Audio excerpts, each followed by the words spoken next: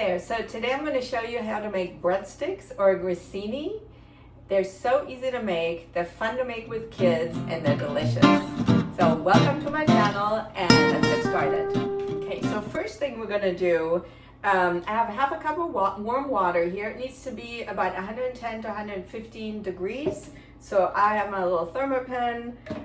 Usually what I do is I'll boil water and I'll let it sit for a little bit, and then once it's cooled down a little bit and reaches like 110, so that's good, then I use it. So I'm going to use the half a cup of warm water, and then we're going to need 1 tablespoon of yeast. And we're just going to let it sit there for a while until it's dissolved a little bit, and then we're going to come back and we're going to stir it up. Okay, there's my timer. Now we're going to mix. Okay, there you go. Now we're going to stir the yeast mixture until the yeast has dissolved. So you really want to mix this up. And see, it's a lot easier to do now because the yeast had time to dissolve. See, it has nicely dissolved here. I'm going to make sure all the pieces are dissolved into the water. So, perfect, right?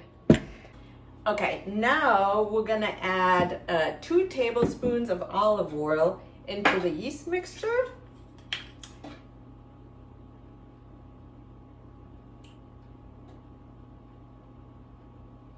All right, and then we're going to mix this a little bit, and then this is going to go into the well of your flour mixture.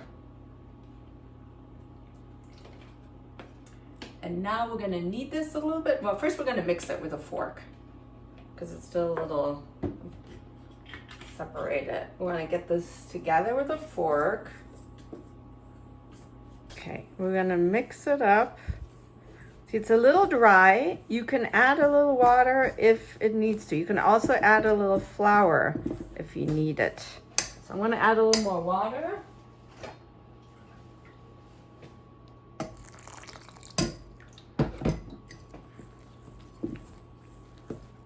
Because you want a smooth dough in the end. And we're actually gonna, once this comes together, we're gonna knead it with our hands a little bit.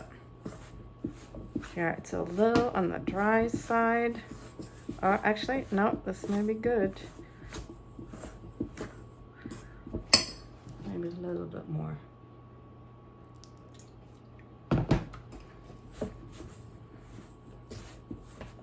Okay, I'm gonna use my hands now because I can get a better idea. Sorry, if it needs moisture or not.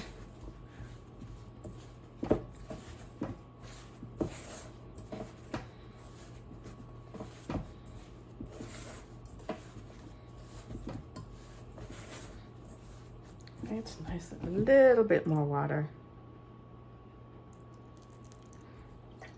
So the last time I made it, I didn't need that much water. So it sort of totally depends on the humidity in the air, how you're measuring out your flours. Okay, now it's coming together. Awesome, this looks good. This is how you want it to look. Okay, perfect.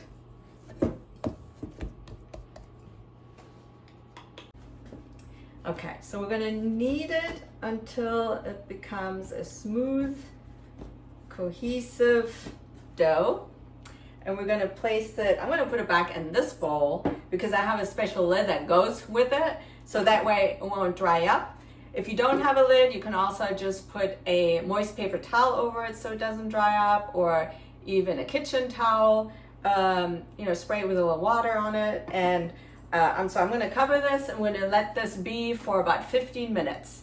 And then I'm going to show you how we're going to shape them. That's my alarm. Annoying, I know. So the dough has been resting for about 15 minutes. And this is what it looks like.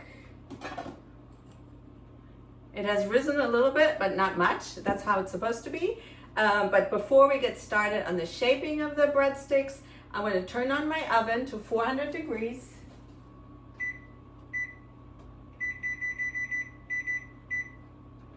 And I also am going to move my racks to 1/3 of the top part and another one 1/3 from the bottom part. So you want to have one closer to the heat source, another one further away. That way they bake evenly and have a nice brown color. The other thing I did is, so I have these prepared sheet pans. I use silicone pads so I don't have to remember to buy parchment paper. Also try to be a little bit of zero waste. Anyway, so they don't stick. So I have 2 of these and I leave them right here because now we're going to start the shaping. So I'm going to take the dough out. Oops. And I'm going to cut it in half first. So the other thing I want to tell you is, so I try to do so that you can make them short or you can make them really long. One thing I have found is if you make them too long, they don't fit on the sheet pad. So they only fit this length. And so I've had to lay them this way sometimes. And that's when I noticed, okay, I got to make them a little bit smaller. So what I usually do, I cut it in half again, try to make maybe 12 and then half. 12 pieces, and then cut those again.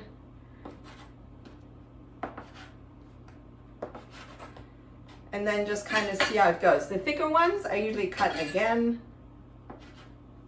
And this is where the rolling comes in. And this is, if you have kids, this is a good job for them. But, so one thing, so I start off this way. One thing I want to say is, so the thinner the grissini are, the crispier they are, which is how I like them. If you make them a little bit thicker, they'll be doughier, more bread-like. And some people prefer that. So I usually have both just because they never come up perfect. Some are thicker, some are thinner. And so my daughter actually likes them. She doesn't mind them a little bit thicker. So then I just start rolling them out. And as you can see, it goes really quick. I mean, they just go... they just stretch out super fast. So there you go. It just fits that length. So I can do it a little bit more. The other thing you can do if you don't want to roll them out, I will show you on the second one. So this is nice and thin. So this is going to be a crispy one. So this is a nice size dough piece that I had there. This one, so you can actually, so I'm going to stretch it out and then I'm going to flatten it. That's another thing you can do. You've probably seen them, I've seen them at Trader Joe's. They have those breadsticks that are flat and then twisted. You can do that as well. I'll show you in this one. This is super easy.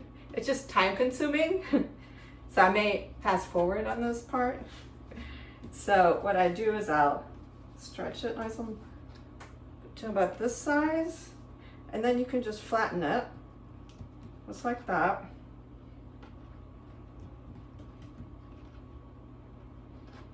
And then you twist it.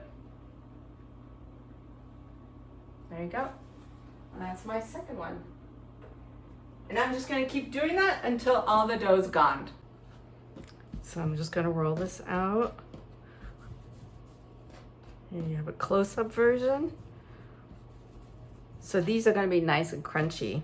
They're nice and thin. So actually I like to roll them. I think when you flatten them, it takes a little bit longer. Whoops, there you go. Okay, so I rolled out my breadsticks. Here are my 2 trays. And then now we're gonna go in the oven. And like I said, one's gonna be on the top part of the oven and the other one is more on the bottom part. And they need about 18 to 20 minutes. Now I usually keep an eye on it because it just varies. Sometimes I need less, sometimes I need more. So I'm gonna do it like halfway, maybe 9 minutes. And we'll take a look and see what they look like. And then flip them around, move the bottom pan to the top to the bottom, and then bake for another 9 minutes. Okay, and I'll let you see, and I'll show you what they look like. Okay, time is up and our breadsticks look perfect.